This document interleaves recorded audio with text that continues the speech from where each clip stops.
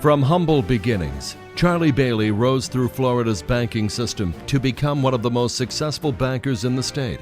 Charlie was a member of the Sarasota business rat pack, so to speak. He is known for helping others get their start. Charlie Bailey got his start in rural Northwest Florida. Born in 1918 in Alpha, Florida. Today, this small town is considered a suburb of Tallahassee. His family's history in Alpha dates back to the early 1800s. He had one sister and 6 brothers. Because his father was also named Charles, he was known to the family and friends as Charlie D. Charlie married Audrey Hardy of Alachua. They had 3 children, Martha, Dan, and Ken. He joined the Florida National Guard in Apalachicola and trained at Camp Blanding outside Jacksonville at the time of Pearl Harbor. Upon receiving his commission, he was sent to the South Pacific Theater, serving as a combat engineer in New Guinea. After serving 3 months, he was severely injured by a landmine. The medical record indicated that he threw himself on an exploding grenade. As a result, he was temporarily blinded, suffered multiple shrapnel wounds, and lost 5 fingers. Somebody told me how great Charlie was. So I went over to meet him, and indeed he was gracious and friendly. And we started our discussion by the fact that I noticed how he had limited fingers. In fact, he had lost his fingers in the war. Yet he never, ever made that as an issue. He just went on as if nothing had ever happened.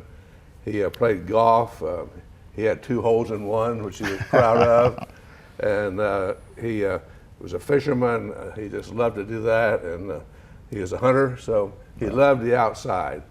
Charlie joined the Florida National Bank in Jacksonville as a trainee. But shortly after that, his father talked him into coming home to take a position as a rural mail carrier. After a year of boredom, he returned to the bank in Jacksonville, where he stayed until 1949. At that point, he moved his family to Miami to assume a new position with one of the Florida national banks in that community. Shortly after moving to Miami, Charlie took a position with another banking group that was starting up in the area and was later elected mayor of Miami Shores. In November of 1957, Charlie moved to Sarasota to join the Sarasota Bank and Trust Company as executive vice president.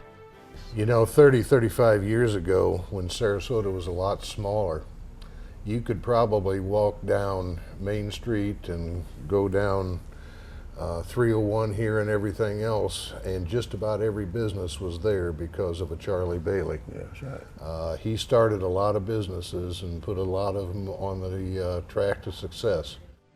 Though he met many friends through banking relationships, he was a dear friend to hundreds in Sarasota.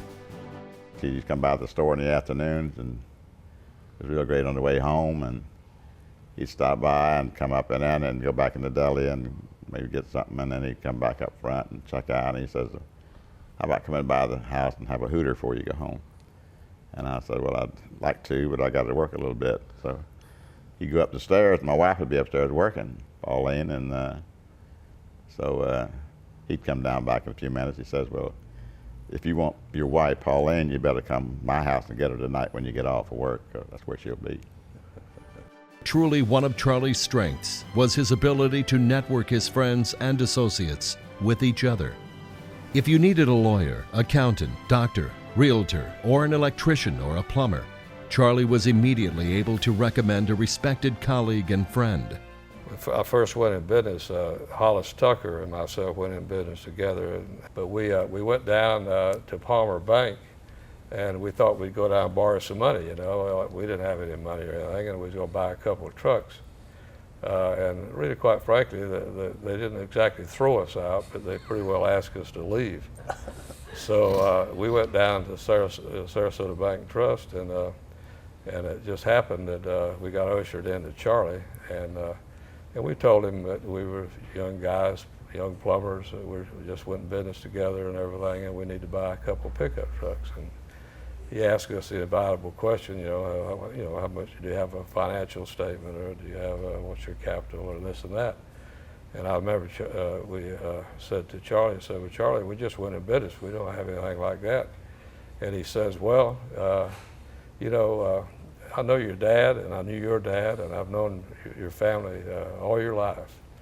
And he said, if you guys think you can make it, he said, I'll loan you the money for 2 pickup trucks.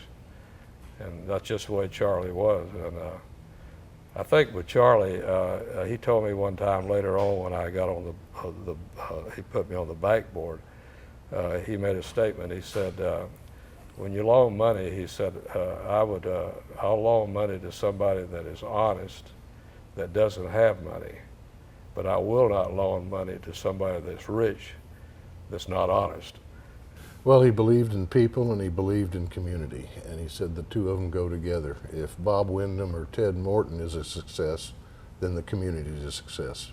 But you know, talking about Charlie, he made so many relationships for people. The way I met Buddy Savory, he was a young lawyer that just come to town and got his loan, probably, and we got our loan. And he told us, he said, by the way, he said, you guys probably need a lawyer, and he said, you need to get some paperwork put together and a corporation. And he said, I'd recommend this Buddy Savory. He's just across the street over here. And we went right over from there and met Buddy, and he didn't have much to do, and we didn't either. So, and we've been friends for years, and Buddy's done work for me off and on over the years. Yeah. His no-nonsense business methods and financial acumen were legendary. I first met Charlie in 1962 when I interviewed for a job at the bank. Unlike my 2 friends here, I was his employee. When I interviewed with Charlie, he said, well, you probably want to be paid for working here. He said, what would you think is a good starting salary? And I said, well, really all I'm interested in is getting a start. I thought I was being pretty clever with this and showing the right amount of enthusiasm for joining the organization. And my wife was a first-year school teacher here in Sarasota County, and she made $4,000 a year, and she was the breadwinner in our family. Charlie said, well, if he really doesn't care, then okay, and he paid me $3,600 for the first year. He corrected it later on, but he taught me a good lesson there. Be careful what you say. I met Charlie when he first came here. In fact, we were doing business with the president of the bank, and went in one day and he says, got a new man here, and he'll be handling your account from now on. I got my nose a little bit out of joint because I was dealing with the president. Went over and sat down with Charlie, and he says, I see you're a little bit upset. I said, yeah, just a little bit.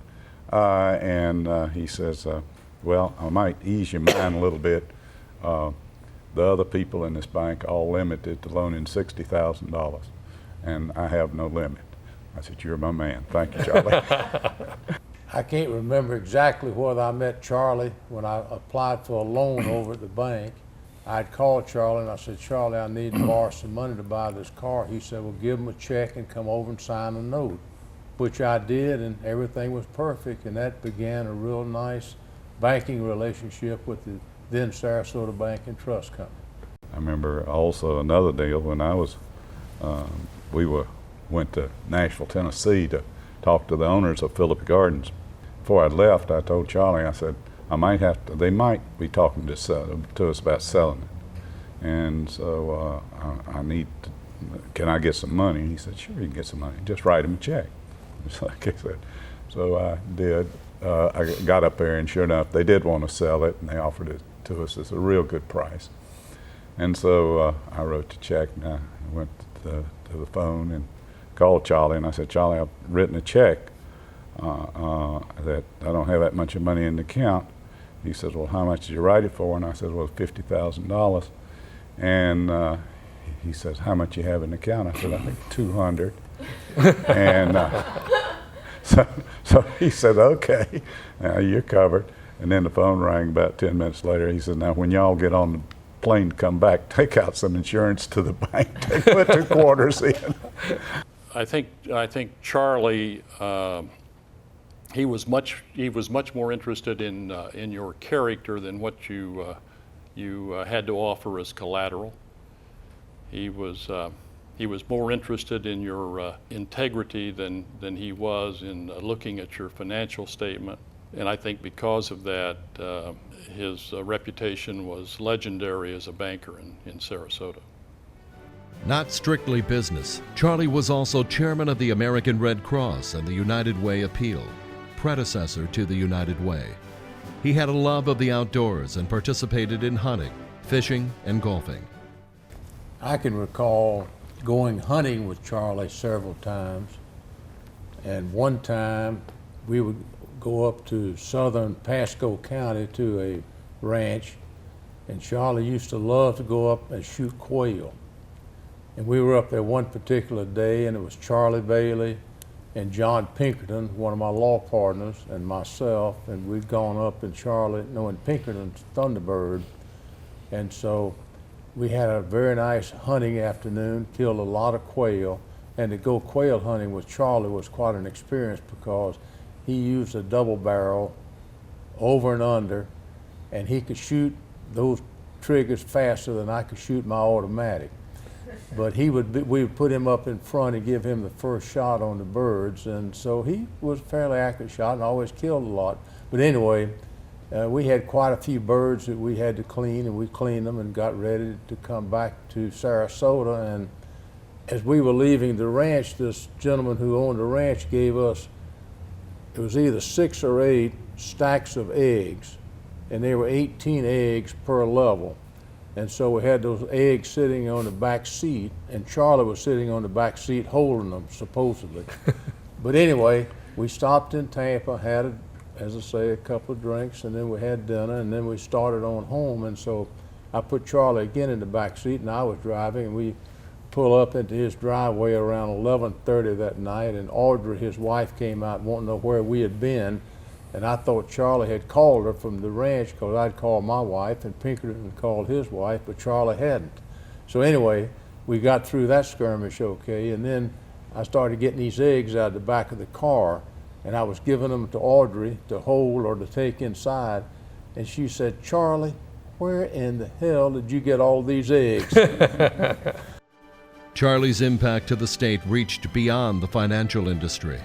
But you know, Charlie, in addition to being an outstanding banker, he was kind of the kingmaker when it came to politics in Sarasota, and especially when it came to city commission races.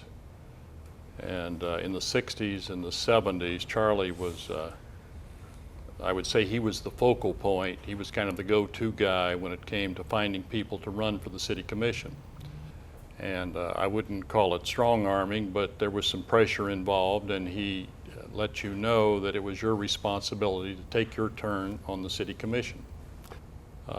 Charlie was also very active in Tallahassee, and during a governor's race or a race for the Senate or the House, why the politicians would, Charlie Bailey was one of the first persons that they would see in Sarasota because he was well connected and he knew how to raise money. Sarasota Bank and Trust Company later became part of the Ellis Banking Group, which obtained charters for a number of banks in the Sarasota-Manatee area.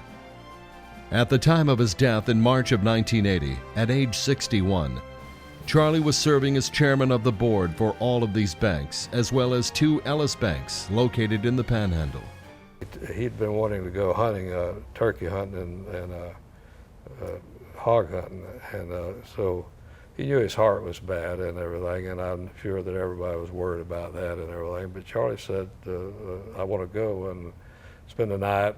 And we had a great day, you know, and he killed a hog, and we barbecued the hog, and, you know, and had a few drinks and had dinner and spent the night. And just a great time, you know. And in a sense, it probably was maybe could have been one of the best things that could have happened, but I'm sure with his family and everything that they, I always wonder, that I do too, that maybe we shouldn't have taken him, but he wanted to go. But anyway, unfortunately, when I took him back to his home the next morning, well, he passed away shortly after that. So I was, Hollis Tucker and myself, I think, was about the last two people to see him before he passed away. But he was, one thing about it, he was extremely happy that day, and he was going to get dressed and go back to the bank. That's always back to the bank. It's something I got to say that when Charlie died and the funeral was going on, there was paper, everybody was talking about it. There was one man in this town, and that's Jack Betts. He made a statement. He said, every town needs a Charlie Bailey. Charlie Bailey, the Argus Foundation Posthumous Lifetime Achievement Award.